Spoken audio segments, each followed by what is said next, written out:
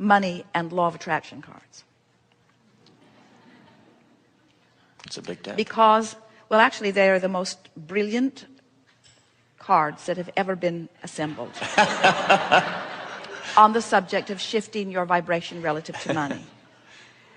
And they were written from inside the vortex, where all good stuff comes from, as a culmination of everything that you all have been asking for. So we just stood there, looked over what you want to know, understood it completely, and ta-da.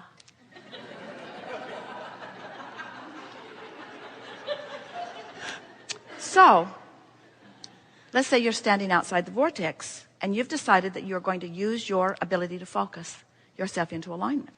And so, these cards, even the fact that they exist is annoying. Got it. But you bought them anyway.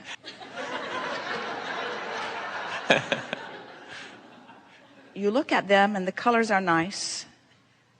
And you read, I am developing the skill to direct my thoughts.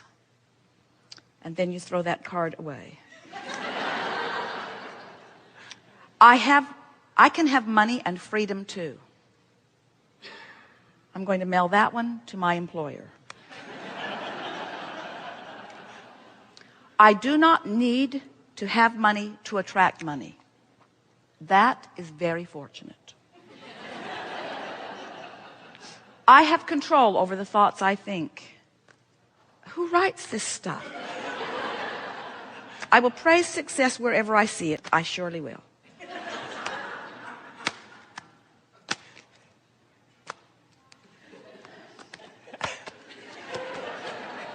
There's not a good card here. Because when you are crossways of the frequency of what you want, then hammering at it, trying to go specifically positive when you have just been feeling specifically negative, makes you dig in defiance and defense and justification and rationalization of where you are. And when you do that, you just practice the vibration that you didn't mean to practice, you see. So, in your lack of interest, you are less specifically pushing them away. And so, the more you try to believe it from not believing it, the more you give off the signal that pushes it away. But when you're not interested, when you really don't care, now you're not offering that signal, and then what you really want begins to flock to you. Oh, okay. It's exactly the point that we were making with the cards. The harder you try when you're not in vibrational frequency sync with what you want, the worse it goes. Interesting. When we talk about deliberate creation, feels counterintuitive to some of you, doesn't it? It's like, I should try harder. And we say, no, you should give it up. You should let go. But it comes back to what we were saying earlier, that the process of creation is 3 steps. Ask, you've already done that. Answer, source has already done that. It is a vibrational done deal. Now your work is to do anything and everything you can to relax into, to allow, to let be, to surrender into. But imagine how delicious it could be to want something that isn't painful, to want it even though it hasn't come, to want it with the general knowledge that it will someday be there, and to be satisfied with that general knowledge that it will someday be there until you allow the specifics of it to begin to show themselves to you. So there's a difference between just saying, I don't want those grapes because they're sour anyway. Yeah. There's a difference between saying, I don't want it, because the truth of it is, you do want it. You do want it. You can't give up on your dreams. And to say you're not dreaming those dreams anymore is not accurate at all. You cannot cease to want what you want, but you can choose your vibrational position to it by railing against the absence of it or by surrendering to the presence of it. And what you're talking about is part of that process. In other words, it's part of the letting go of the details of it. Exactly. Thank you. Yes. Something more? No, that's enough. Very good. Thanks.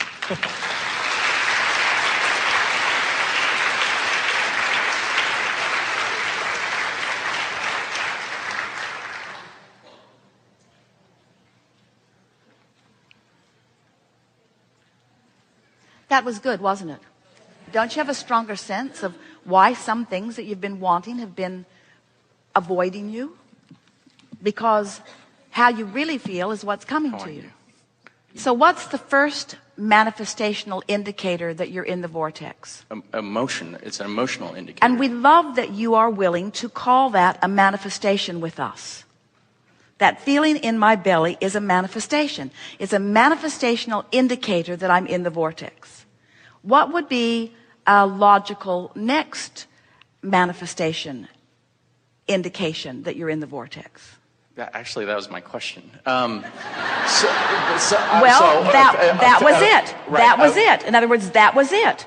You had a question that was answered without you. In other words, we posed the question that was in your mind. That's a manifestational indicator. And what we were going to say, it's a thought that occurs. In other words, no words were exchanged, but the thought is the indicator. Right. And don't you think that was pretty good, that we are tracking right there on the Yes. same wavelength? Exactly, you see?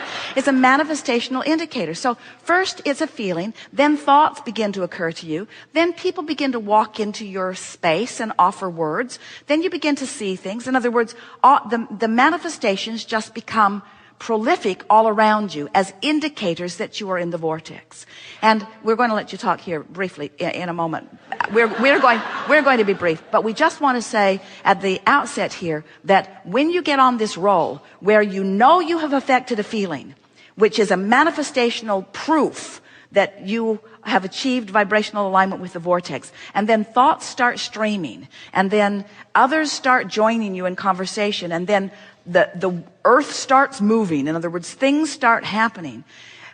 That's when you begin to feel that worthy understanding that you, and that feeling of empowerment, that you are the creator and that the manifestation is following the direction of your thoughts. Good.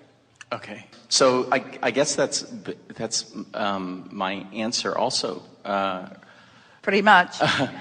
Isn't a vision just a more detailed Specific, thought? correct. A more specific thought. Correct. So once you start visualizing, what's that telling you? That's telling you you're on the vibe of it. So now, we were talking earlier. Oh, such a good conversation. We were talking earlier about how out here in the what is reality, you can see and hear and smell and taste and touch. You mean you're in the vortex where there's no stuff actually manifested, but you're seeing it? So a visualization is more indication that you're in the vortex. So first it's emotion, then, or feeling, then it's thoughts begin to stream. Now you're beginning to see stuff. Are you kidding? Now you're beginning to see stuff. This is all indication of the vortex.